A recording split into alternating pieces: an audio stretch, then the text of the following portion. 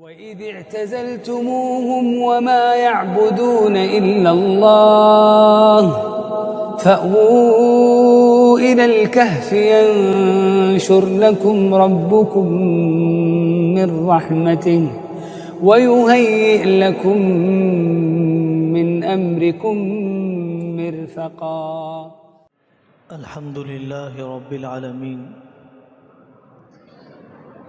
اللہم صل علی محمد وعلی آل محمد وبارک وسلم.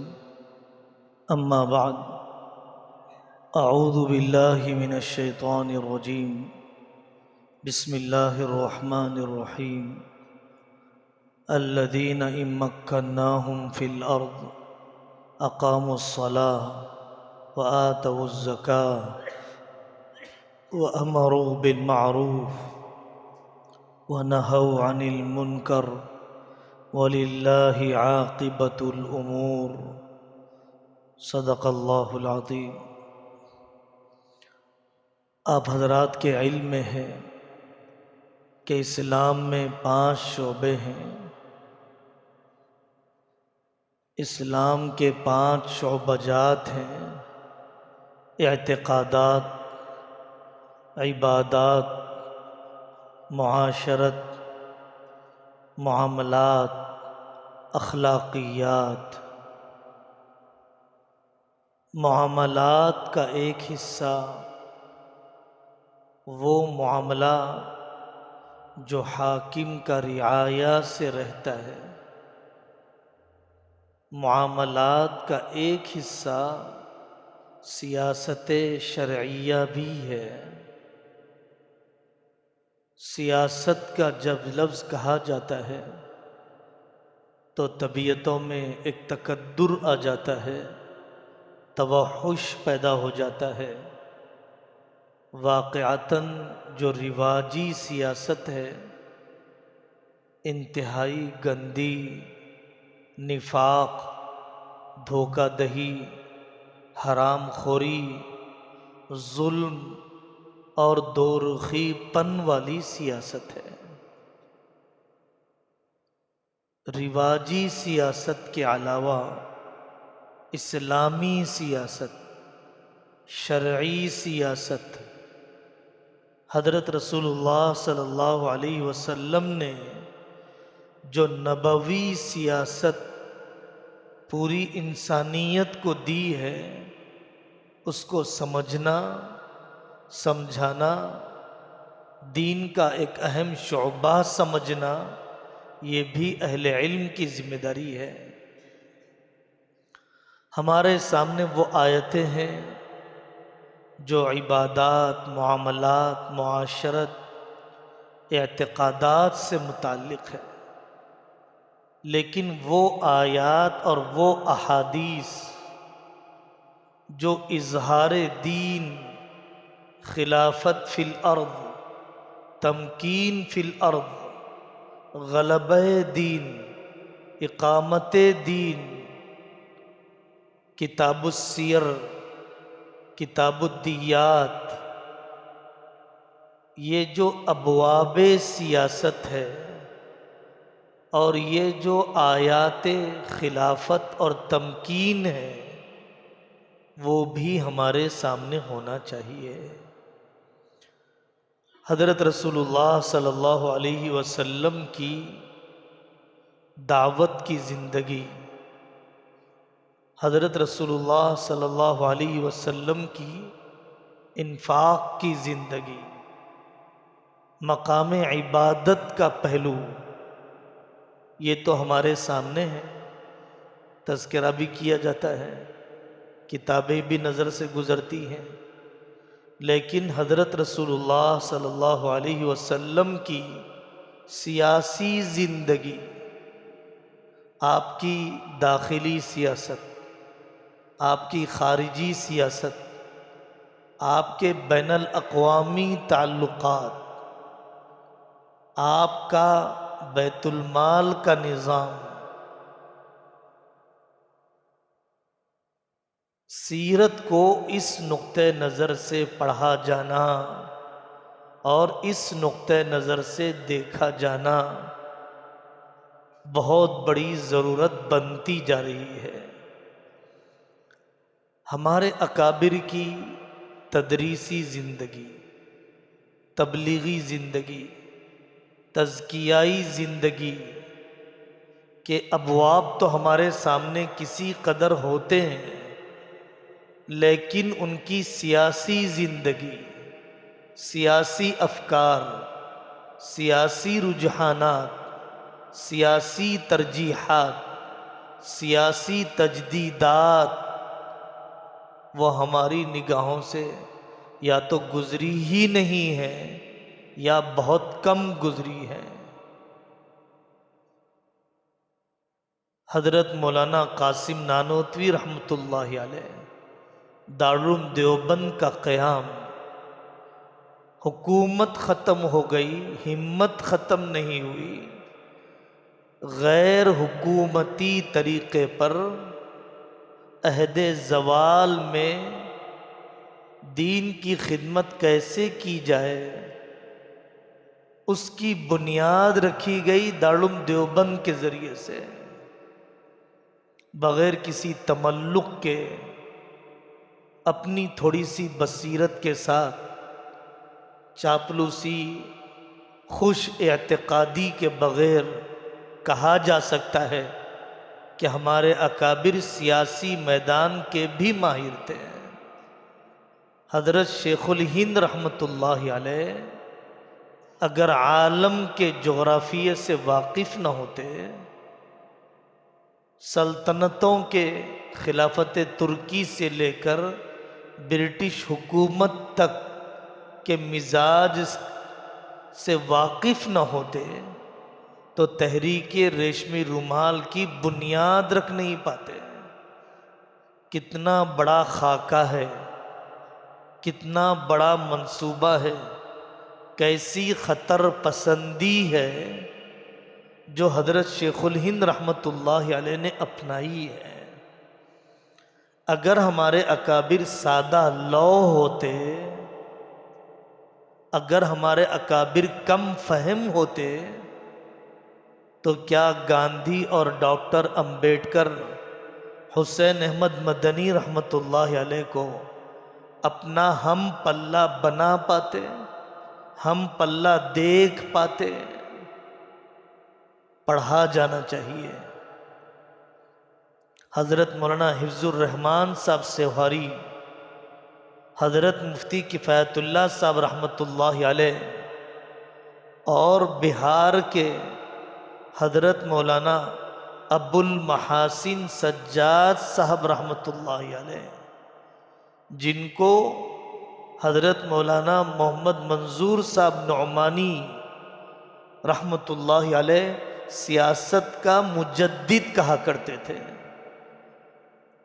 بہت کم لوگ یہ جانتے ہیں کہ حضرت مفکر اسلام مولانا خلیل الرحمن سجاد صاحب کا نام منظور نعمانی رحمۃ اللہ علیہ نے سجاد نام رکھا ہے ابو المحاسن سجاد صاحب رحمۃ اللہ علیہ کی طرف نسبت کرتے ہوئے۔ اس قدر ہمارے اکابر کے دلوں میں ابو المحاسن سجاد صاحب رحمۃ اللہ علیہ کے سیاسی افکار اور سیاسی جد و جہد کا اثر تھا۔ واقعتاً حضرت مولانا سجاد صاحب رحمۃ اللہ علیہ نے اپنے بلبوتے پر دوسری سیاسی پارٹیوں کے تعاون کے بغیر صوبائی سطح پہ اپنی پارٹی، اپنی حکومت بنائی، ایسے قوانین، ایسے بل پاس کروائے، علماء اور ارباب سیاست کو اعتماد میں لے کر انہوں نے اپنے خطبے جب پیش کیے، مولانا مودودی رحمۃ اللہ علیہ، مولانا مودودی صاحب مرحوم نے جب حضرت مولانا سجاد صاحب کو اسٹیج پر دیکھا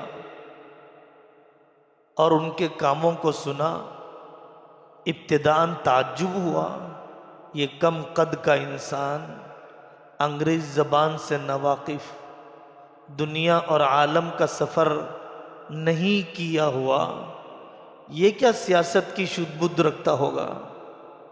لیکن جب آپ نے دیگر پارٹیوں، دیگر علماء، دیگر دانشوروں سے عالمی قوانین، فرانس کا انقلاب، انگلینڈ کے ضوابط، دوسرے سیاستدانوں کے تجربات اور اس کے حوالہ جات اور نتائج سنائے تو مولانا مودودی صاحب مرحوم حیران ہو گئے کہ واقعی یہ شخص سیاسی میدان کا بھی انتہائی ذہین ترین قسم کا انسان ہے۔ تو میری پہلی بات یہی ہے کہ آپ شعبہ اسلامی سیاست کو جانیے اور قرآن، سیرت اور سوانح اکابر کے اس پہلو کو بھی دیکھیے۔ دوسری بات، حضرت علی میاں ندوی رحمۃ اللہ علیہ نے حضرت شاہ ولی اللہ محدث دہلوی رحمۃ اللہ علیہ کے تذکرے میں یہ بات لکھی ہے۔ حضرت مولانا اسماعیل ریحان صاحب نے اپنی کتاب تاریخ امت مسلمہ میں اس جزئیے کو بہت واضح طور پر ذکر کیا کہ ہمیں یاد رکھنا چاہیے کہ مسلمانوں کا سیاسی زوال اسلام کا زوال نہیں ہے۔ مسلمانوں کا سیاسی زوال دینی زوال نہیں ہے کہ دینی خدمات کے سارے مواقع ختم ہو چکے ہوں، پورے امکانات چھین لیے جا چکے ہوں، ایسا نہیں ہے۔ ہاں، سیاسی زوال، عہد زوال میں جو کام کیے جانے چاہیے وہ ہمیں کرنا چاہیے۔ حضرت علی میاں فرماتے ہیں، یہ عجیب بات ہے کہ حضرت شاہ ولی اللہ رحمۃ اللہ علیہ کے پیدائش کا دور سیاسی زوال کا ہے، حضرت مجدد رحمۃ اللہ علیہ کی تجدید کا دور سیاسی زوال کا ہے۔ سیاسی زوال کی کوکھ سے تجدیدی محنتیں پیدا ہوتی رہی ہیں۔ حضرت شاہ ولی اللہ رحمۃ اللہ علیہ کی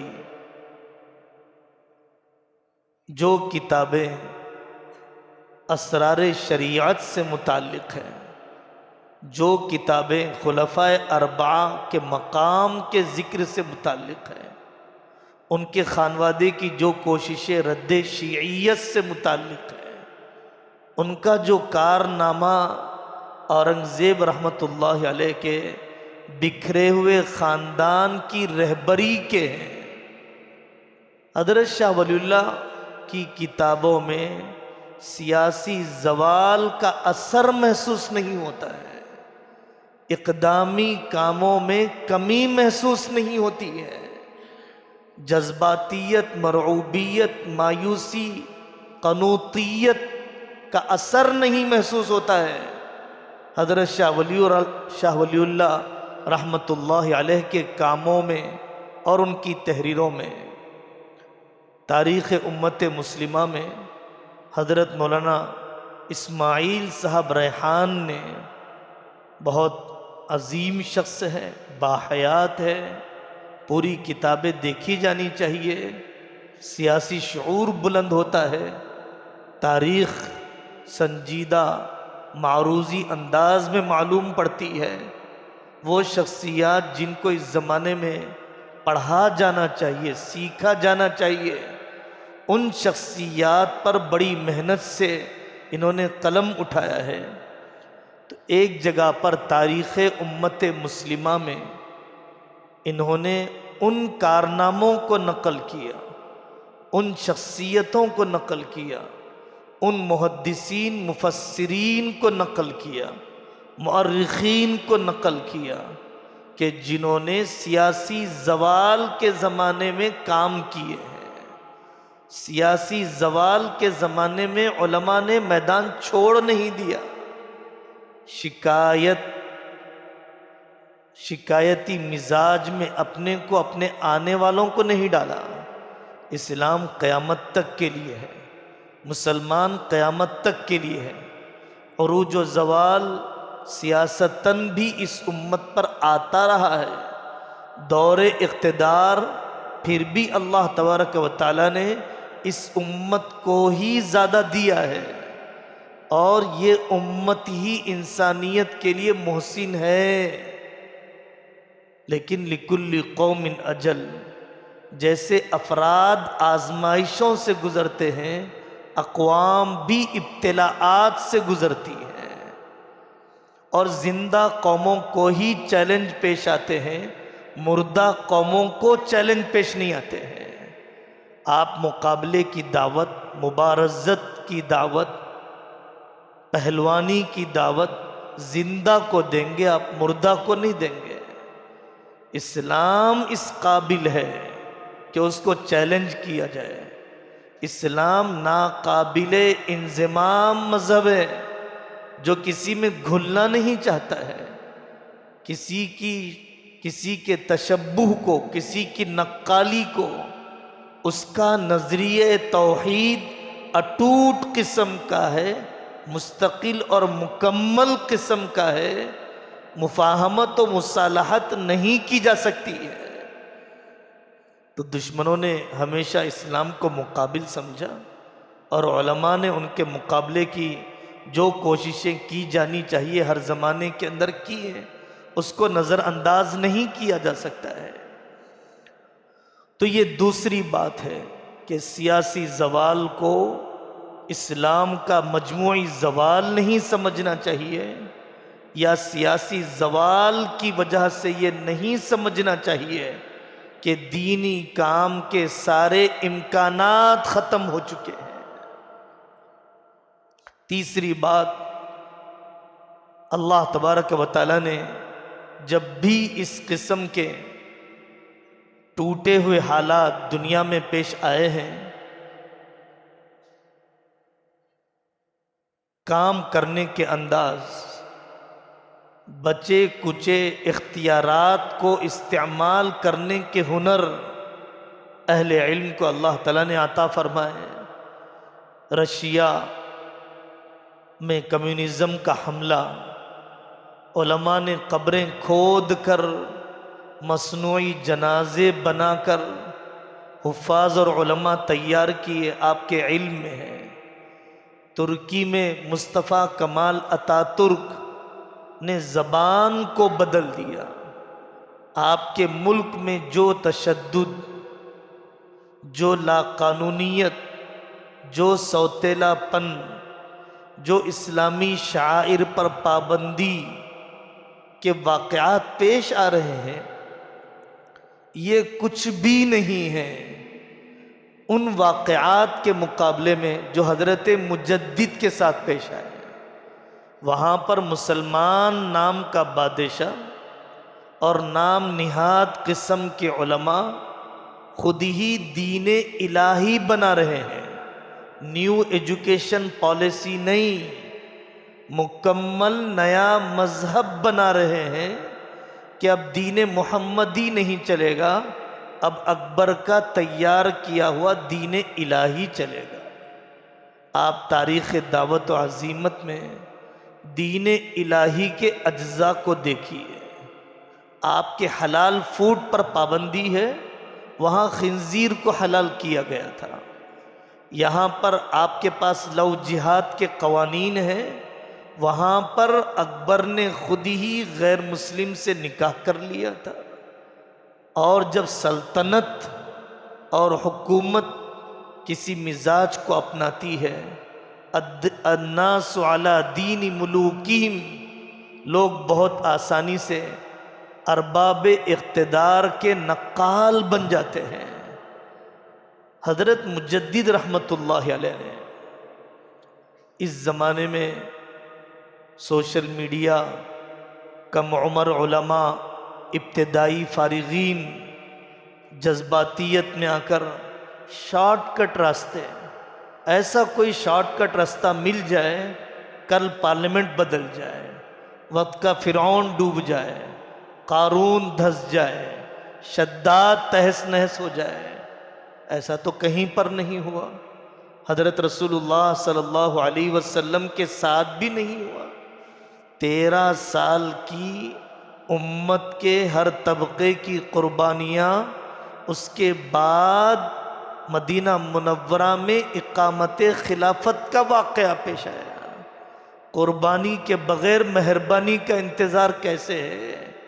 مجاہدے کے بغیر نصرت الہی کا مشاہدہ کیسے ہے؟ آدمی اوپر کا منزلہ تو چاہتا ہے، ابتدا اور بنیاد کی محنت نہیں چاہتا ہے۔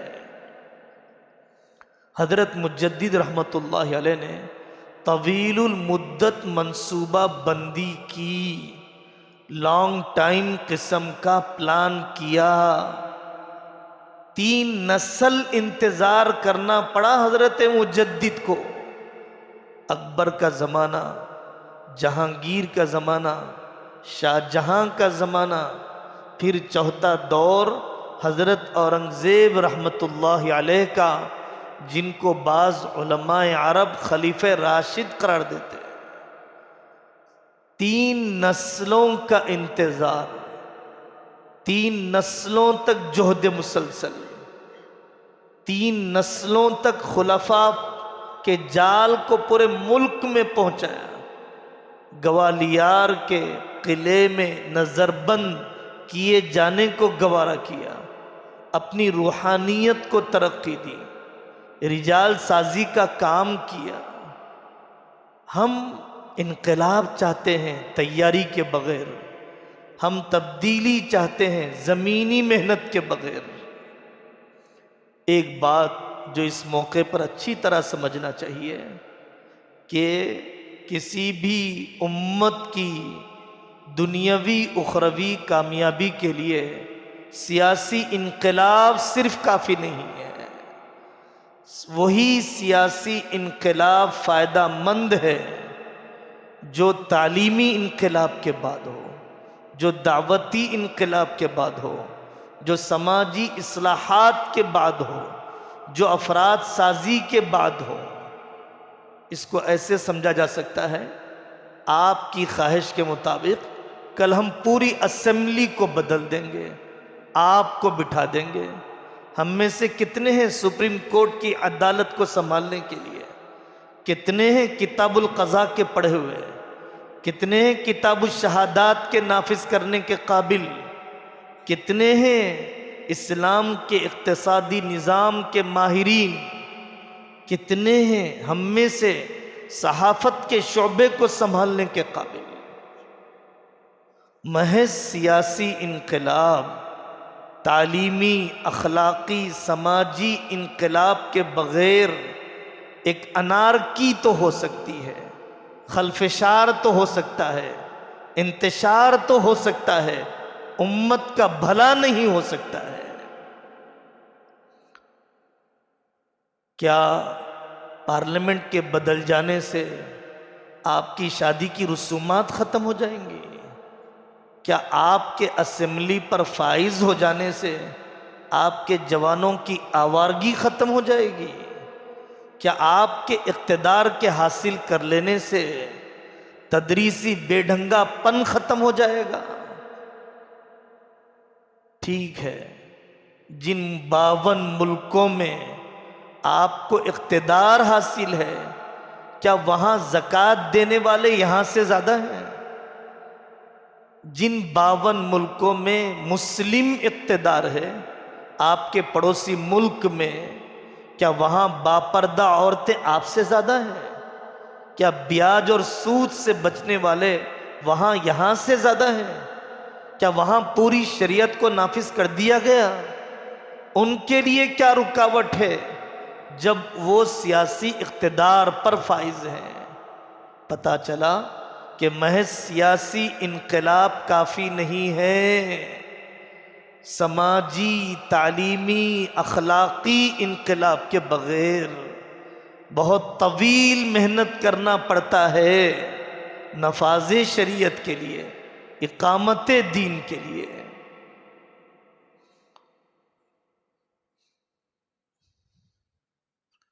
سیاست کے موضوع کو بہت زیادہ جذبات ہوتے ہیں۔ کیا ہم ایم پی کے لیے کھڑے نہیں ہو سکتے؟ کیا ہم ایم ایل اے کے لیے کھڑے نہیں ہو سکتے؟ فلانے صاحب کو تو یہ کرنا چاہیے۔ ہمارے حضرت مولانا عبید الرحمن اطہر صاحب دامت برکاتہم بہت آسان، بہت قیمتی ملفوظ فرماتے ہیں۔ ہماری مجلسوں کا عنوان یہ ہوتا ہے، ارشد مدنی کو یہ کرنا چاہیے، محمود مدنی کو یہ بیان نہیں دینا چاہیے، اور تبلیغی دھڑے کے فلانے ذمہ دار کو ایسا کرنا چاہیے۔ ایسے ملتے ہی نہیں ہیں جو آ کر یہ پوچھتے ہوں کہ مجھے کیا کرنا چاہیے۔ جتنا غم اس امت کو اپنے قائدوں کے بدلنے کا ہے، اتنی فکر وفاداری کے ساتھ اتباع کا نہیں ہے۔ کوئی تحریک کامیاب کیسے ہوگی، کوئی مشن کامیاب کیسے ہوگا جب اس کے ساتھ کوئی وفادار متبع ہی نہیں ہے؟ ایک قائد کے پیچھے 4 آدمی نہ ہو، ایک جان دینے والا نہ ہو، وہ میدان میں کس جذبے سے اترے گا؟ دنیا میں جو تحریکیں کامیاب ہوئی ہیں، اللہ تبارک و تعالیٰ نے ان کو جانثار، وفادار، حوالگی والے متبعین عطا فرمائے۔ حضرت رسول اللہ صلی اللہ علیہ وسلم سے لے کر قریبی زمانے میں دیکھ لیجئے، شیخ الہند کو وفادار متبع ایک گاؤں میں بھیج دیا۔ مفتی محمود الحسن صاحب گنگوہی کے والد کو بڑھاپا آ گیا، گاؤں چھوڑ دیجئے، ابا جی آ جائیے، پوترے نواسوں کے ساتھ رہیے اپنے وطن میں۔ کہا اپنے استاد کو منہ کیا دکھاؤں گا، قیامت کے دن سامنا کیسے کروں گا؟ استاد جی نے تو مجھے فلانے گاؤں میں کام کرنے کے لیے بھیجا تھا۔ مولانا الیاس صاحب رحمۃ اللہ علیہ نے حاجی عبد الوہاب صاحب رحمۃ اللہ علیہ ایک عامی کو پڑوسی ملک میں بھیجا، پوری زندگی کھپا دی اس مشن پر جس مشن کے لیے مولانا الیاس صاحب رحمۃ اللہ علیہ نے انہیں روانہ کیا تھا۔ یہ ایک اہم پہلو ہے اکابر کی سوانح عمریوں کا کہ وفادار متبعین کے ذریعے سے ہی کوئی مشن اور تحریک کامیاب ہوئی ہے۔ صرف قائد کا بدلنا کافی نہیں، بلکہ وفادار متبع بننا بھی ضروری ہے۔ ہندوستان کی حیثیت سمجھنا چاہیے۔ آپ جانتے ہیں کتاب السیر میں دارالحرب الگ ہے، دارالاسلام الگ ہے، دارالامن الگ ہے۔ دارالامن میں جو کام کیے جانے چاہیے، حضرت رسول اللہ صلی اللہ علیہ وسلم کا قیام جب مکہ مکرمہ میں تھا تو مکہ مکرمہ کی حیثیت دارالحرب کی۔ جب مدینہ منورہ منتقل ہوئے، مدینہ منورہ کی حیثیت دارالاسلام کی، اور صحابہ جب حبشہ گئے، معاہدے کی بنیاد پر حبشہ میں قیام ہوا تو حبشہ کی حیثیت دارالامن کی تھی۔ جو احکام، جو معاملات حبشہ میں صحابہ رضی اللہ عنہم اجمعین نے کیے، وہی احکام اپنے ملک پر نافذ کرنا چاہیے۔ حضرت علی میاں ندوی رحمۃ اللہ علیہ فرماتے ہیں، ہمارے اپنے ملک میں کام کرنے کا منہج، کام کرنے کا منہج، کام کرنے کا منہج وہی ہوگا جو حضرت شاہ ولی اللہ نے کیا، جو حضرت مجدد الف ثانی نے کیا۔ مسلح جہاد، ہتھیار کا مقابلہ، فوراً اندھا دھن نکل جانا، آمنے سامنے تقابل پر آ جانا، یہ کسی سرپھرے کا طریقہ تو ہو سکتا ہے، کسی جاہل کا طریقہ تو ہو سکتا ہے، کسی سنجیدہ عالم یا تاریخ سے واقف یا اکابر کے ذکر کردہ منہج کے جاننے والے کا نہیں ہو سکتا ہے۔ فقہ الاقلیات کے عنوان سے علماء نے آخری دور میں بہت ساری کتابیں لکھی ہیں۔ ضرور اقامت دین کے بارے میں سوچا جانا چاہیے، ضرور اقامت خلافت کی ذمہ داری کا احساس کیا جانا چاہیے، لیکن وہ بتدریج ہوگا، مرحلہ وار ہوگا۔ پہلے تو آپ کو اس ملک کے اندر جو کام فوراً فی الحال اس اسٹیج میں کرنے کے ہیں، اس ابتدائی اسٹیج اور اس ابتدائی مرحلے کے کام کو ہمیں جاننا چاہیے۔ دیکھیے، سیاست کے موضوع پر عوام الناس میں ہر آدمی بات کرنے کے قابل نہیں ہوتا ہے۔ سلیقہ گفتگو اور اپنی حیثیت عرفی کو دیکھ کر بات کرنا چاہیے۔ سلیقہ گفتگو بھی آنا چاہیے اور اپنی حیثیت عرفی کو بھی دیکھنا چاہیے۔ انفرادی طور پر آدمی ذہن سازی کرے اور اس شعبے کی طرف متوجہ کرے، لیکن پڑوسی ملک کی تقریریں پرجوش قسم کی سن کر یا حکومتوں کو للکارنے کی گفتگو یا بعض پرجوش سیاستدانوں کے ملفوظات کی نقالی، یہ آپ کی مذہبی قیادت پر سے بھی اعتماد اٹھا دے گی۔ سیاسی قیادت کیا حاصل کر پائیں گے، منبر و محراب سے بھی آپ کو اتار دیا جائے گا۔ تو پہلے آپ اپنے اکابر کو اچھی طرح پڑھیے، پہلے آپ اپنے اکابر کی گفتگو کو سنیے اور انہی کے حوالے سے نقل کیجیے، تب آپ سے سنا جائے گا۔ اس موضوع پر تشہیری انداز میڈیا کا استعمال بہت نامناسب ہے۔ زمینی سطح کا کام، زمینی سطح کا کام، اس کام کی بہت ضرورت ہے۔ گلے شکوے تو بہت ہوتے ہیں، اپنے اکابر کی کردار کشی، بے اعتمادی، اب تک کیا کیا ہے جمعیت نے، کہاں چلے گئے ہمارے اکابر، یہ جملے بہت جلدی زبانوں پر آ جاتے ہیں، لیکن دیا گیا کام گراؤنڈ لیول پر فیلڈ ورک کے ذریعے سے زمینی سطح پر جو کیا جانا چاہیے، بہت کم لوگ اس کی طرف متوجہ ہوتے ہیں۔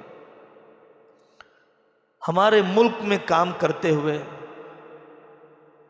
سب سے پہلی بات جو اچھی طرح مستحضر کرنی چاہیے، حضرت مولانا خلیل الرحمن سجاد صاحب فرماتے ہیں کہ اس ملک میں لڑائی فلانی پارٹی اور فلانی پارٹی کی نہیں ہے، اس ملک میں واضح طور پر میدان سج چکا ہے کفر اور اسلام کے مقابلے کا، بہت ہی کھلے طور پر میدان سج چکا ہے کفر اور اسلام کے مقابلے کا۔ تھوڑا سا نیچے اتر کے کہا جائے، ظالم اور مظلوم کا مقابلہ، اور تھوڑا سا نیچے اتر کے کہا جائے تو سیکولر ازم اور فرقہ پرستوں کا مقابلہ۔ اصل مقابلہ یہی ہے، اس مقابلے کی تیاری۔ دوسرا مضمون اس ملک میں کام کرتے ہوئے جو ہمیں پڑھنا چاہیے، جاننا چاہیے، اس ملک کے اندر پایا جانے والا منووادی نظریہ، طبقاتی نظام، کاسٹ اور کلاس کا تصور۔ کل حضرت مولانا مفتی شعیب اللہ خان صاحب دامت برکاتہم نے سنایا کہ یہاں پر چھوٹی اقوام پر کیا ظلم ہوا ہے۔ آپ پر ظلم 14 سال سے ہو رہا ہے، ان پر ظلم 3000 سال سے ہو رہا ہے، 4000 سال سے ہو رہا ہے۔ آپ کی ماب لنچنگ 12-13 سال سے ہو رہی ہے، ان کی عورتوں کے سینے کاٹ دیے جاتے تھے، ٹانگیں توڑ دی جاتی تھی، سینے کا ڈھانکنا جرم تھا، چپل پہن کر نہیں گزر سکتے ہیں۔ اگر کوئی مذہبی تعلیم چھوٹی ذات کا آدمی حاصل کرے تو کان میں گرم تیل ڈال دیا جاتا۔ آج بھی انہیں مندروں میں آنے کی اجازت نہیں ہے، اس لیے کہ وہ چھوٹی ذات کا ہے، چاہے وہ ملک کا صدر جمہوریہ اور پریزیڈنٹ بن جائے۔ یہ واقعات آپ سب کے علم میں ہیں۔ طبقاتی نظام، اگر اس ملک کے طبقاتی نظام کو سمجھا جائے تو مظلوموں میں اتحاد ہو سکتا ہے۔ مسئلہ یہی ہے، ظالم متحد ہے، مظلوم متحد نہیں ہے۔ ظالم منصوبہ بند ہے، پورے 14 سال کے اندر ظالم کے پاس دستور کے مقابلے میں دوسرا دستور، ہر ملک کے طبقے کو پریشان کرنے والا بل ظالم کے پاس موجود ہے، مظلوم کے پاس کوئی تیاری نہیں ہے۔ ظالم مظلوموں کو بھی نزدیک کر لیتا ہے، مظلوموں کو خرید لیتا ہے، مظلوموں کی وفاداریوں کو بکھیر دیتا ہے، لیکن مظلوم ایک دوسرے کے تعاون اور ایک دوسرے کے تعارف کے لیے بھی کوئی قدم اٹھانے تیار نہیں ہے۔ مدرسے ہیں، خانقاہیں ہیں، مسجدیں ہیں، رفاہی کام ہیں، لیکن سیاسی میدان میں مظلوموں کے اتحاد کی کوشش، سیاسی میدان میں مظلوموں کے باہمی تعاون اور تعارف کے ماحول کو جو بنایا جانا چاہیے، ہمیں ماننا ہے کہ 70 سال میں بہت کوتاہی ہوئی ہے، ہم نے توجہ نہیں دی۔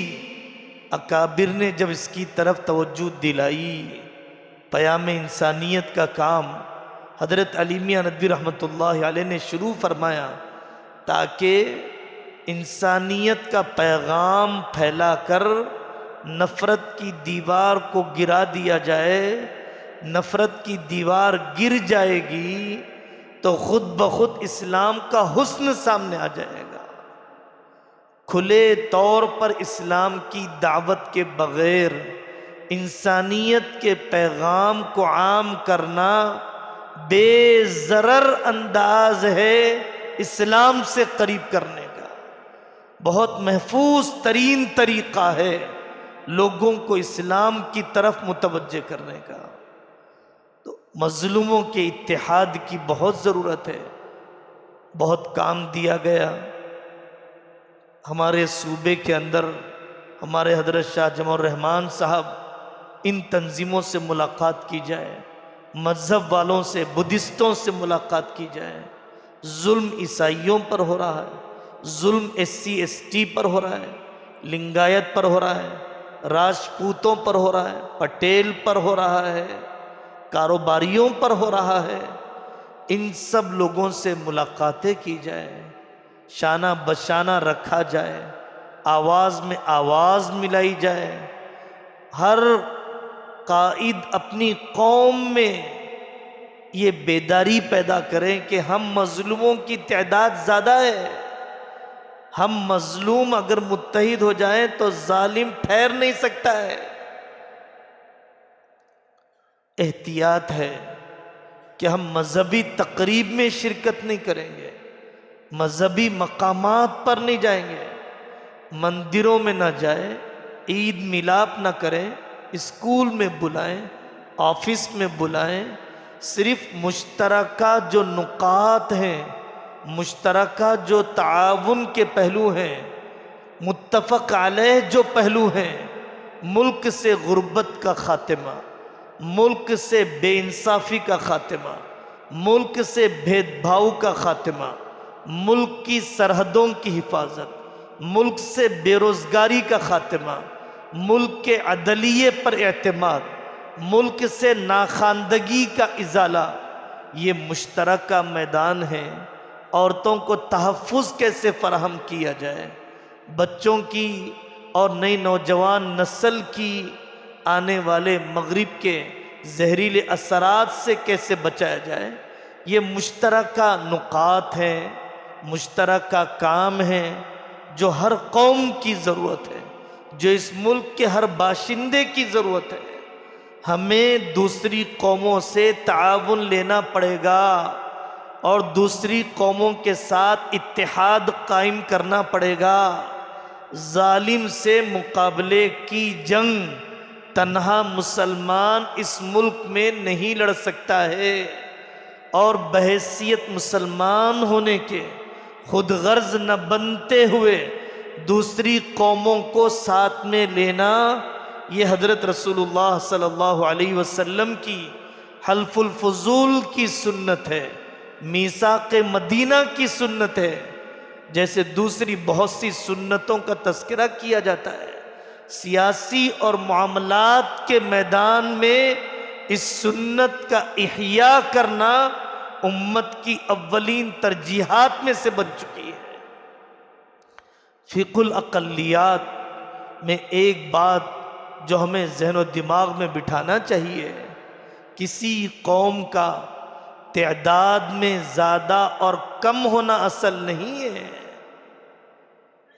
قوموں کا تعداد میں کم زیادہ ہونا اصل نہیں ہے، قوموں کا باشعور ہونا اصل ہے، تعلیم یافتہ ہونا اصل ہے، منظم ہونا اصل ہے، مقصد پر مجتمع ہونا اصل ہے۔ حضرت رسول اللہ صلی اللہ علیہ وسلم تعداد میں زیادہ نہیں تھے، یہ امت پوری تاریخ میں کبھی تعداد میں زیادہ نہیں تھی۔ اصحاب کہف تعداد میں زیادہ نہیں تھے، اصحاب اخدود تعداد میں زیادہ نہیں تھے، تعداد چھوڑیے، حضرت یوسف علیہ السلام تنے تنہا تھے جنہوں نے مشرکانہ مورتی پوجا بت پرستی والے مصری تہذیب کا تنہا مقابلہ کیا ہے۔ تو اقلیت اور اکثریت اصل نہیں ہے، منظم منصوبہ بند تعلیم یافتہ ہونا اصل ہے۔ حضرت یوسف علیہ السلام کا پورا واقعہ آپ حضرت مولانا سجاد صاحب کی تفسیر جو سورہ یوسف سے متعلق ہے سننا چاہیے، دیکھنا چاہیے، اس نقطہ نظر سے کہ ایک شخص اپنے تقوی پر جمتے ہوئے، جیل میں دعوت دیتے ہوئے، اپنی حکمت عملی کے ذریعے سے 7 سال میں خوب غلہ اگا کر، 7 سال میں خوب امانت داری سے غلہ تقسیم کر کے اور پورے ارباب سلطنت کو اسلام میں داخل کر لیا۔ حضرت یوسف علیہ السلام نے ابتدائی مرحلے میں بادشاہ کو دعوت نہیں دی، پہلے اپنا کام بتایا، دل جیتا، پھر جب عزیز مصر کو اسلام کی دعوت دی اس وقت تک پورا دربار مسلمان ہو چکا تھا۔ دعوت کی حکمت عملی، موقع شناسی، یہ وہ پہلو ہے قرآن کا جو نگاہوں سے اوجھل ہونے کی وجہ سے اس رخ پر جو رہبری کی جانی چاہیے اس رہبری میں کافی کوتاہی ہوتی ہے۔ اقلیت میں ہونا تو قوت پیدا کر دیتا ہے، اقلیت میں ہونا تو پرجوش کر دیتا ہے، اقلیت اور تعداد میں کم ہونا اپنی بقا کی جنگ لڑنے پر آدمی کو آمادہ کر دیتا ہے، اقلیت اور تعداد میں کم ہونا آدمی کو مزید حساس بنا دیتا ہے۔ اور اللہ تبارک و تعالیٰ کا نظام بھی کچھ ایسا ہے کہ تعداد میں کم ہونے کے باوجود قاری محمد طیب صاحب فرماتے ہیں مسلم سلطنتوں کے دور میں اسلام کم پھیلا ہے غیر مسلم سلطنتوں کے دور میں اسلام زیادہ پھیلا ہے، سلاطین اسلام سے اسلام کم پھیلا ہے، صوفیاء اسلام سے اسلام زیادہ پھیلا ہے۔ اللہ اپنی قدرت بتلا رہے ہیں کہ یہ طاقت اور ہتھیار سے پھیلنے والا نہیں، یہ روحانیت اور داخلی قوت سے چلنے والا مذہب ہے۔ سلاطین کے دور میں اسلام کے اندر داخل ہونے والوں کی تعداد اتنی نہیں ہے، قوت کے ذریعے سے کام نہیں ہوا، داخلی روحانیت اسلام کی اپنی ذاتی کشش اور محاسن کی وجہ سے اللہ تبارک و تعالیٰ نے غیبی مددوں کے ذریعے سے ترقی دی ہے۔ غیر مسلموں کے ساتھ تعلقات حضرت مفتی صاحب نے، مفتی شعیب اللہ خان صاحب نے کافی جزئیات کی طرف توجہ دلائی کہ ہم اس ملک میں اور ان جیسے ملکوں میں رہتے ہوئے ذہنی غلامی، مصالحت پسندی، اپنے توحید کے نظریے سے دستبرداری یا مشرکانہ اعمال، کفریہ ترانے، کفریہ نعرے بولنے پر رضامندی ہمیں ہرگز قبول نہیں کرنا ہے۔ پوری قوم میں یہ جذبہ بیدار کرنے کی ضرورت ہے کہ ایمان پر شہادت گوارا ہے، کفر پر ایک لمحہ جینا گوارا نہیں ہے۔ ایمان پر شہادت گوارا ہے لیکن کفر پر ایک لمحہ زندہ رہنا گوارا نہیں ہے۔ آخری دور میں زندہ مثال آپ نے غزہ کی دیکھ لی ہے، کتنی بڑی تعداد ہے، 60 کلومیٹر سے کم کا علاقہ۔ اللہ تبارک و تعالیٰ نے عجیب اظہار کیا ہے پورے اہل ایمان کی فکری اور ایمانی ترقی کے لیے، جلا کے لیے، فروغ دینے کے لیے غزہ کے واقعات کے ذریعے سے۔ ایک شیخ احمد یاسین اور ان کے ہم فکر مفکرین اور یہ 35,000 مجاہدین کا مجمع، ایک مقصد پر مجتمع رہنے والا، کسی حال میں دستبرداری قبول نہ کرنے والا۔ قوم کی تعمیر کیسے کی جاتی ہے، ان کے اندر مومنانہ صفات کتنے مضبوط بنائے جاتے ہیں، ایمان پر مرنے کے حوصلے، ایمان پر ہی جینے والے جیالے مکتب سے کیسے تیار کیے شیخ احمد یاسین رحمت اللہ علیہ نے۔ ایک وہ بیٹی ہے جو اچھی تنخواہ گوری چمڑی کے لیے میری بیٹی مرتد ہو جاتی ہے، اور ایک وہ بیٹی ہے جس کا سب کچھ چھن چکا ہے، 15 سال کی ہے، 14 سال کی ہے، ملبہ ہو چکا ہے اس کا مکان، اجڑ چکا ہے اس کا پورا گھرانہ، اور وہ بیٹی کہتی ہے ہم اللہ کے فیصلے پر راضی ہیں۔ وہ بیٹی کہتی ہے ہم آخری قطرے تک، آخری فرد تک بیت المقدس ہم چھوڑنے والے نہیں ہیں۔ ایک وہ بیٹی ہے جو خاندان کی تباہی کے باوجود بچے کچے آٹے کو لے کر باقی لوگوں کو روٹی بنا کر پیش کرتی ہے، اور ایک جانے والے صحافی کو ہر طرف سے آواز دی جاتی ہے فاقوں میں رہنے والے لوگ آئیے ہمارے ساتھ افطاری کر لیجئے۔ مومنانہ صفات اپنی قوم میں پیدا کرنے کے لیے مجھے کتنا بننے کی ضرورت ہے، اپنے ماتحتوں کو بننے کی کتنی ضرورت ہے۔ غزہ اس کے لیے ایک اعلیٰ مثال ہے جو اس گئے گزرے دور میں اللہ تعالیٰ نے ہم سب پورے عالم کے لیے پیش کر دیا ہے۔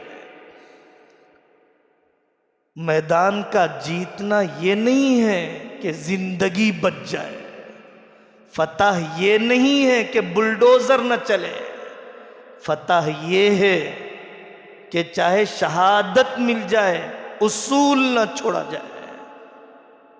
اگر 31,000 جنازے اٹھ جاتے ہیں اور یورپ میں 40,000 مسلمان ہو جاتے ہیں تو بہت آسان اور سستا سودا ہے۔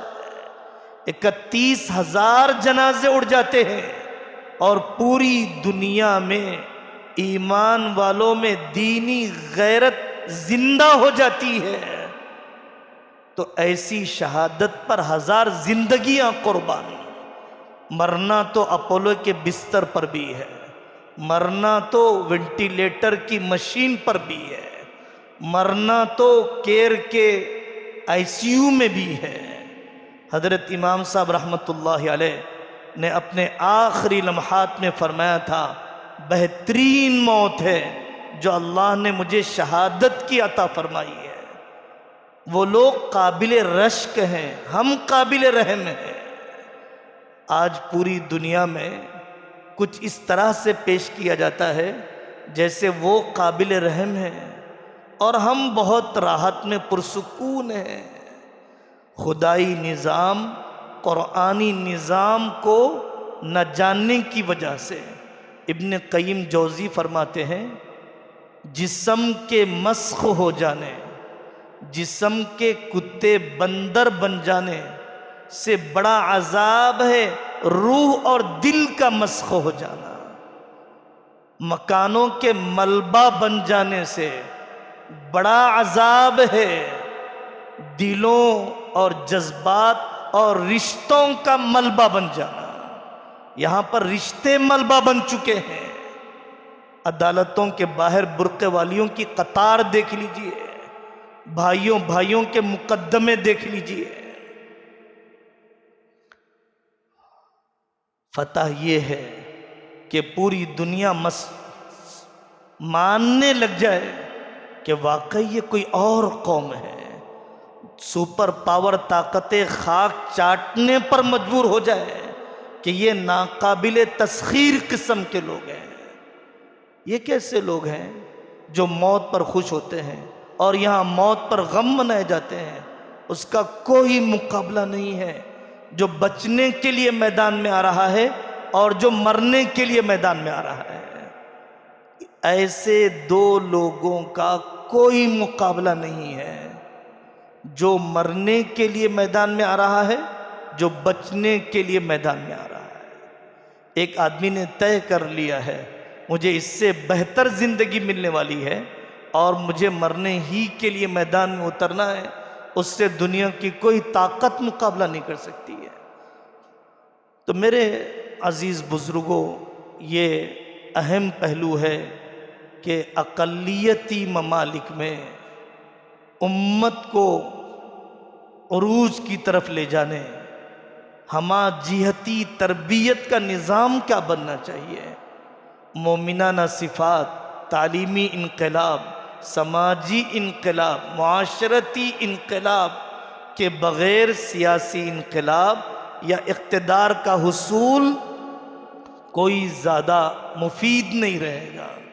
ویسے بھی دیانات اور دعوت یہ مقصود ہے، سیاست موعود اور وسیلہ ہے، سیاست بذات مقصود نہیں ہے۔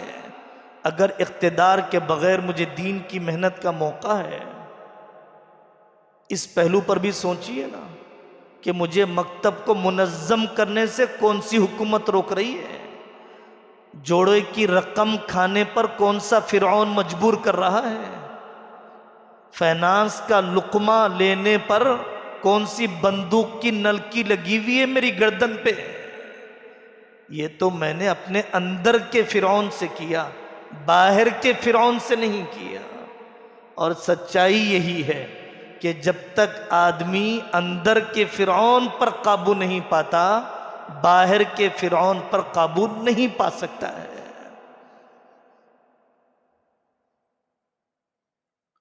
حضرت مولانا الیاس صاحب رحمۃ اللہ علیہ کا یہ ملفوظ اور زیادہ اس مضمون کو سمجھاتا ہے کہ جتنا راستہ کھلا ہے چل کر بتاؤ گے تو جو راستہ بند ہے اللہ کھول کر بتائیں گے۔ جتنا راستہ کھلا ہے اس پر چلنے کے لیے تیار نہیں ہو تو جو راستہ بند ہے اس کے کھولنے کا کیا فائدہ ہے؟ شریعت کے جتنے حصے پر چلنے کے لیے قانونی رکاوٹ نہیں ہے، چل کر بتائیے۔ تو جہاں پر رکاوٹ ہے اس کو ختم کر دیا جائے گا۔ اگر پوری شریعت پر چلنے کے لیے قانون پاس کر دیا جائے تو کیا ہماری عورتیں پوری شریعت پر چل پڑیں گی؟ مشترکہ خاندان کا دین زندہ ہو جائے گا، ساس بہو کا دین زندہ ہو جائے گا۔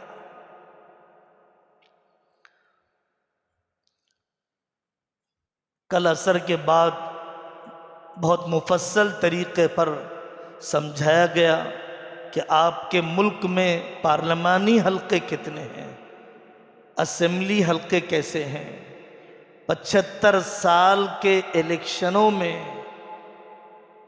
آئی پی ایس نثار صاحب اعداد و شمار نکال کر بتلاتے ہیں کہ اگر کوئی فرعون آیا ہے آپ نے اسے جتایا ہے، آپ بٹھانے والے ہیں اسے، آپ لائے ہیں اسے، آپ کی جہالت لائی ہے، آپ کی سیاسی بے شعوری لائی ہے، آپ کا ووٹر آئی ڈی کارڈ نہ بنانا لایا ہے، آپ کا ووٹ نہ ڈالنا لایا ہے، آپ کا ووٹ بیچنا لایا ہے، آپ کی عورتوں کے بیجا پردے اور ووٹ نہ ڈالنے نے اس فرعون کو بٹھایا ہے۔ آپ کے برادری واد نے، آپ کے قبائلی نظام نے، میں قریشی ہوں انصاری کو کبھی ڈال نہیں سکتا، میں گجر ہوں میں گجر کے علاوہ دوسرے کو ڈال نہیں سکتا، میری ذاتی دوستی فلانے سے ہے، چاہے اس کے ہارنے کے پورے دروازے کھلے ہوں ووٹ میں اسی کو ڈالوں گا۔ یہ ذاتی مفاد پرستی، یہ تنگ نظری نے ہی اس فرعون کو بٹھایا ہے۔ آپ جماعت میں جانے، خانقاہ میں جانے، مدرسے میں جانے کا دین تو جانتے ہیں، لیکن پارلیمنٹ میں مناسب آدمی کے بٹھانے کا دین نہیں جانتے ہیں۔ جہاں سے قانون بنیں گے، جہاں کے قوانین آپ کی دینی محنتوں کو یا تو باقی رکھیں گی یا قافیہ تنگ کر دیں گی۔ پہلا کام جو 2-3 سال سے بطور خاص پورے ملک بھر کے اکابر کی طرف سے چلایا جاتا ہے، کاغذات کی درستگی اور ووٹر آئی ڈی کارڈ بنانے بہت آسان کام ہے، اور شاید ہمارے بعض دوستوں کو یہ بات سنتے ہوئے بوجھ بھی محسوس ہو رہا ہوگا کہ بار بار کہا جا رہا ہے۔ حقیقت یہ ہے کہ ابھی آپ اپنے گھر میں پوچھ لیں تو آپ کے کاغذات ابھی گھر میں درست نہیں ہے، اسپیلنگ کی مسٹیک باقی ہے، ابھی بھی 19 سال سے زیادہ کے عمر والے لوگ ہیں۔ ووٹ ڈالنے کا حق ہم نے پہلے ہی چھوڑ دیا ہے، حکومت کے چھیننے کی کوئی ضرورت نہیں ہے۔ ووٹ ڈالنے کا حق ہم نے پہلے ہی چھوڑ دیا ہے، حکومت کے چھیننے کی ضرورت ہی نہیں ہے۔ دشمن کیسے محنت کر رہا ہے؟ 14 سال سے اقتدار میں رہنے کے باوجود ایک ایک ضلع، ایک ایک صوبے دیوانہ وار۔ حضرت مولانا سجاد صاحب فرماتے ہیں ہم لوگ آر ایس ایس اور دوسری فرقہ پرست تنظیموں کی تاریخ، سازشیں تو سناتے ہیں، لیکن ان کی قربانیوں سے عبرت نہیں لیتے ہیں۔ ان کے قائدین اپنے ذاتی مفاد کو اجتماعی مفاد کے لیے کیسے قربان کیا انہوں نے۔ ایک بہت سینئر شخص تھا، اس کے مقابلے میں جونیئر کو صدر بنایا گیا، سینئر شخص جونیئر کے پیچھے متبع بن کے چلنے کے لیے تیار ہے۔ کیا یہ واقعہ ہمارے حلقے میں ہو سکتا ہے؟ کیا ہماری کوئی تنظیم محنت سے پہلے، کام سے پہلے نام کے لیے جھگڑے کہاں پر نہیں ہوتے ہیں؟ ایک بہت موٹا سا واقعہ اس پہلو کو اچھا سمجھائے گا۔ حضرت مولانا احمد عبید الرحمن اطہر صاحب فرمانے لگے، ایک مرتبہ ہم گاڑی میں جا رہے تھے، مولانا سجاد صاحب دامت برکاتہم نے توجہ دلانے کے لیے پوچھا، آپ کے علاقے کے RSS کا صدر کا نام کیا ہے؟ تو جتنے بھی خواص تھے ان میں سے کوئی نہیں بتا سکا۔ حضرت نے فرمایا کہ وہاں پر کام اتنا ہے کہ آپ ان کے صدر کے نام اور جھگڑوں سے بھی واقف نہیں ہیں، اور ہمارے پاس کام تو کبھی کے ختم ہو چکا ہے، صدارت کے جھگڑے اور صدروں کے نام میں ہی ہم الجھے ہوئے ہیں۔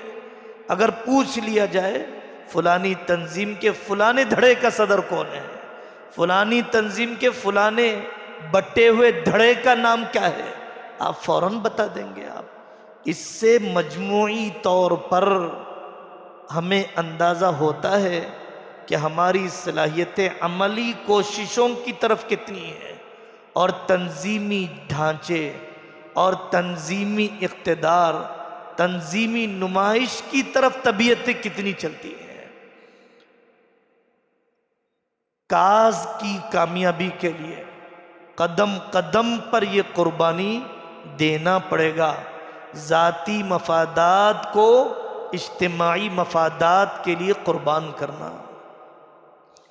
آپ نے جمعہ میں مسائل سنا ہے، ووٹ فروشی حرام ہے، ووٹ بیچنے والا اپنی حکومت کو بیچ رہا ہے، خزانے کو بیچ رہا ہے۔ اس حلقے اسمبلی اور اس حلقے پارلیمانی بڑا تعجب ہوتا ہے ان واقعات کو سن کر۔ فلانے سیاستدان سے میرے انفرادی تعلقات ہیں، اپنے مدرسے کے لیے کچھ امداد لے لی جائے۔ ہمارے اکابر نے دارالعلوم دیوبند کا الہامی منہج، اس کا ایک جزئیہ طے کیا کہ کسی غنی واحد سے یا کسی حکومت سے امداد نہیں لی جائے گی تاکہ ہمارے کام کی خود مختاری ختم نہ ہو جائے۔ ہندوستان کی ہزار کمزوریوں کے باوجود 70 سال سے جو آزادی اور کھلاپن کام کرنے کا ہمارے ملک میں ہے، واقعتاً عرب ملکوں میں بھی نہیں ہے۔ آج جدہ میں مکتب کھولنے کے لیے سرکاری اجازت لینا ضروری ہے۔ آج مصر میں جمعہ کا خطبہ وہی پڑھا جائے گا جو سرکاری سطح پر سرکاری ویب سائٹ پر آ جاتا ہے۔ خود مختاری اللہ نے دی ہے تو اس خود مختاری کی قدر کی جائے، اس امکان کو باقی رکھا جائے، اس خود مختاری کو زیادہ مفید بنایا جائے۔ تیاری کر کے جو کام کیے جانے چاہیے ان کاموں کی طرف اپنے آپ کو ڈالیں۔ پارلیمانی اور پارلیمنٹ کے 80 حلقے ہمارے ملک میں ایسے ہیں کہ جہاں پر مسلمان جس کو طے کرے وہی MP بن سکتا ہے، اور 100 سے زائد حلقے ایسے ہیں جہاں مسلمان جس کے ساتھ حصے دار بن جائے وہی MP بن سکتا ہے۔ وہ اعداد و شمار موجود ہیں، اس قسم کی کتابیں گروپ میں ڈال دی جائیں گی۔ میڈیائی پروپیگنڈے کے ذریعے سے میدان میں آنے سے پہلے جذباتی اعتبار سے پہلے ہی شکست دے دی گئی۔ آپ کچھ نہیں کر سکتے ہیں، آپ بچھڑے ہوئے ہیں، آپ دبے ہوئے ہیں، آپ کچلے ہوئے ہیں، آپ کے ساتھ سوتیلا پن ہوا، آپ کے پاس اقتدار نہیں، آپ کے قائدین نکمے، آپ کے پاس سچر کمیٹی کی رپورٹ، آپ ناخندہ۔ منفی تاثر بھی خود ہم نے اور سوشل میڈیا کے ذریعے سے اتنا اس کی ترویج کی گئی ہے کہ ہمت ہار دی جائے، قنوطیت آ جائے۔ میدان ہارنا بری بات نہیں ہے، ہر انسان کے ساتھ جیت ہار لگی ہے، لیکن ہمت ہارنا زندگی ہار جانا ہے۔ میدان ہار کر پھر جیتا جا سکتا ہے، میدان ہار کر پھر چیلنج قبول کیا جا سکتا ہے، میدان ہار کر اس ہار کے ناکامی کے تجربے سے آئندہ کی کامیابی کی طرف قدم اٹھایا جا سکتا ہے، لیکن جب ہمت ہی ہار دی جائے اور اپنے آپ کو نکما سمجھ لیا جائے تو پھر اس کے بعد قوت اور طاقت رکھ کر بھی مقابلہ نہیں کیا جا سکتا ہے۔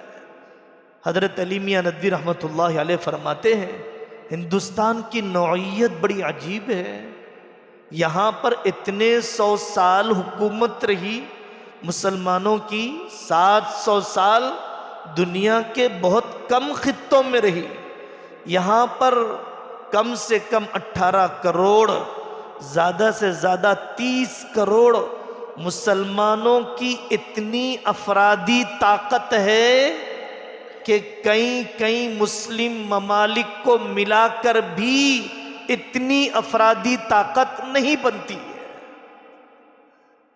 2 4 5 6 اسلامی ملک کو بھی آپ ملا دیں تب بھی مسلمانوں کی عددی قوت اتنی نہیں ہے جتنی کہ اس ملک کے اندر ہے۔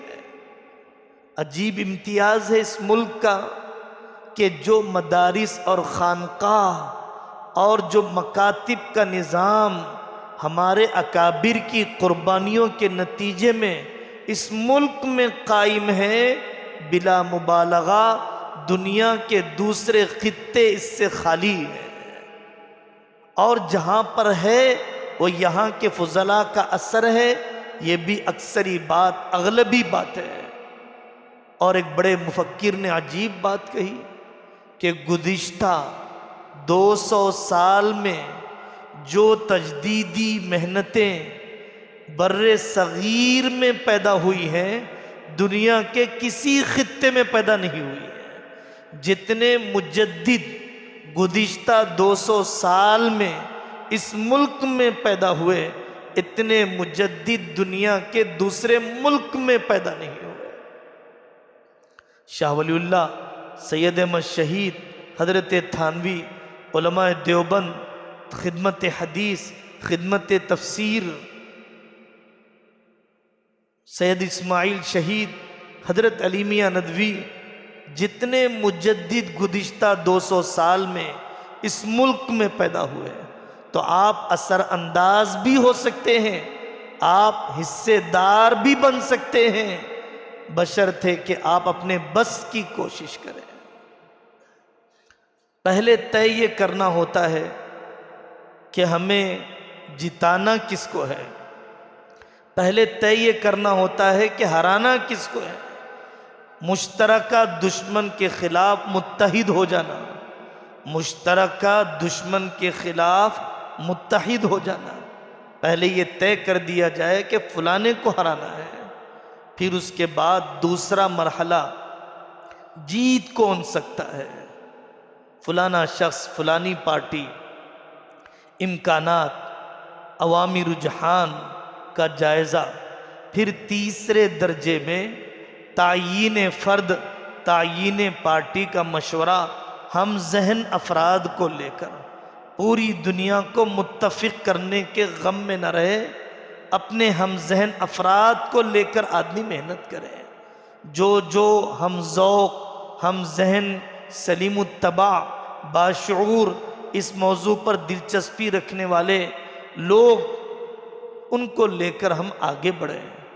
اگر ہار بھی جاتے ہیں تو ہمیں اتنا تو ہوا کہ مضبوط اپوزیشن تیار ہو گیا، اگر ہم ہار بھی جاتے ہیں آئندہ انتخابات میں اور امکانات بڑھیں گے، ہار بھی جاتے ہیں اللہ کے پاس مسئولیت اور جواب دہی تو ختم ہو گئی کہ اے اللہ میں نے اپنے بس کا تو کر دیا ہے، آپ اپنے بس کا تو کیجئے، شرعی ذمہ داری تو پوری کر کے بتائیے۔ محض ملی جماعتوں پر ٹیکا کر کے، محض ملی جماعتوں پر انحصار کر کے نہ رہیے، جو فکر، جو محنت سارے ہی اکابر کی طرف سے دی جا رہی ہے، جس سے بلڈ گروپ ملتا ہو، ایسے افراد، ایسی شخصیات، ایسے اکابر، ایسا اتحاد ایسا اتحاد یا وقتی طور پر کوئی اس طرح کی تنظیمی وحدت بنا کر اپنے علاقے میں کام تو کرے. جتنا بندہ چل سکتا ہے چل کر بتا دے، تو جتنا آگے راستہ چل نہیں سکتا ہے اللہ اس کو پہنچا دیتے ہیں. اکابر کے واقعات ہیں، بزرگوں کے واقعات ہیں. آئندہ کی نسلیں اس سے فائدہ اٹھائیں گی. موٹی سی مثال دی جاتی ہے، بوڑھا شخص 70 سال کی عمر میں آم کی گٹلی لگا رہا تھا. لوگوں نے اس سے کہا کہ قبر میں پیر لٹک رہے ہیں، کیا فائدہ ہوگا تمہاری آم کی گٹلی کے لگانے سے؟ اس شخص نے جواب دیا، اگر میرے بڑے بھی یہی سوچتے تو مجھے آم کھانے کو نہ ملتے. میں یہ آم کی گٹلی اس لیے بو رہا ہوں تاکہ آئندہ کی نسل آم کے درختوں سے فائدہ اٹھائیں، آم کے پھلوں سے فائدہ اٹھائیں. یہ انتخابات یا آئندہ کے انتخابات ہم کوئی خوش فہمی میں نہیں ہیں، ہم کوئی خوش فہمی میں نہیں ہیں. اگر جو ظالم پارٹی ہے وہ آ جائے، یا جو مظلوم سمجھے جاتے ہیں سیکولر پارٹیاں اگر وہ آ جائیں، تو محض سیکولر پارٹی کے آنے کی وجہ سے ملک کے مسائل حل نہیں ہوں گے. ہاں، سیکولر پارٹی کے آنے کی وجہ سے اتنا ضرور ہوگا کہ ہمیں کام کرنے کا کھلا میدان مزید مل جائے گا، اور ایک 5 سال کام کرنے کا موقع مل جائے گا. ورنہ ظالم پارٹی کی جڑیں سرکاری ایک ایک شعبے میں اتنی زیادہ مضبوط ہیں کہ اگر کوئی سیکولر پارٹی اقتدار میں آ جاتی ہے اور بلا شرکت غیر حکومت بنا بھی لیتی ہے، تب بھی بہت آسانی کے ساتھ فرقہ پرست اور فسطائی طاقتیں کھلے پن کے ساتھ کام کرنے کا موقع ان کو نہیں دیں گی. اس کا پورا ادراک ہے، اس کا پورا احساس ہے. لیکن اس مرحلے میں جو کوشش کی جانی چاہیے وہ وہی کوشش ہے جو اثر میں سمجھائی گئی، وہی کوشش ہے جو ہمارے اکابر پورے ملک کے اندر چلا رہے ہیں کہ ہم ذہن افراد ووٹ کی تقسیم کے بغیر کام کرنا چاہیے. اس قسم کے میدان میں مفادات سے بالا تر ہونا پڑتا ہے. اس قسم کے میدان میں دولت اور خوف دونوں قسم کے مراحل پیش آتے ہیں. حضرت رسول اللہ صلی اللہ علیہ وسلم کے سامنے پیش کیا گیا. کبھی دولت کی پیشکش ہوتی ہے، کبھی دشمنوں کی طرف سے سازشیں ہوتی ہے. جتنا کام خفیہ طریقے سے ہوگا، اظہار کے بغیر ہوگا، اتنی کام کی حفاظت ہوگی. جتنا اشتہاری انداز میں ہوگا اور جتنا نمائشی انداز میں ہوگا، جتنا میڈیائی انداز میں ہوگا، اپنے لوگ تو جاگیں گے نہیں، مقابل کے لوگ فکر مند ہو جائیں گے. ہمارے لوگ تو اٹھیں گے نہیں، لیکن مد مقابل چوکس ضرور ہو جائیں گے. ہمیں کسی کا مقابل بن کر کام نہیں کرنا ہے.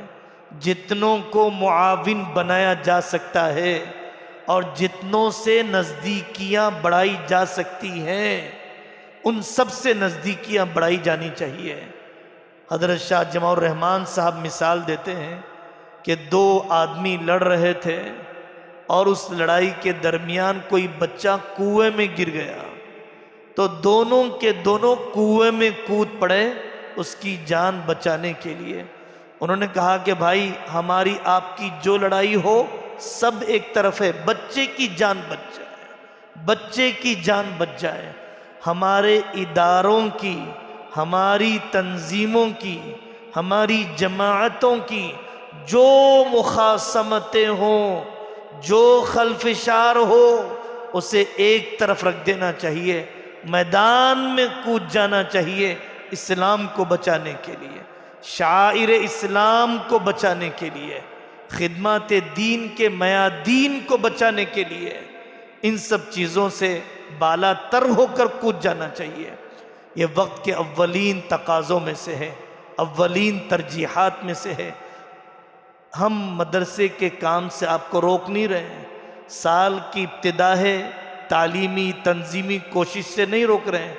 اپنی انفرادی کوششوں کو کرتے ہوئے اجتماعی کاموں کے حصے دار بنیے، اپنی انفرادی کوششیں کرتے ہوئے ملی تقاضوں کو بھی دین کا حصہ سمجھیے، ملی تقاضوں سے لا تعلقی کو گناہ سمجھیے، اجتماعی تقاضوں سے لا تعلقی کو مشترکہ جرم سمجھیے۔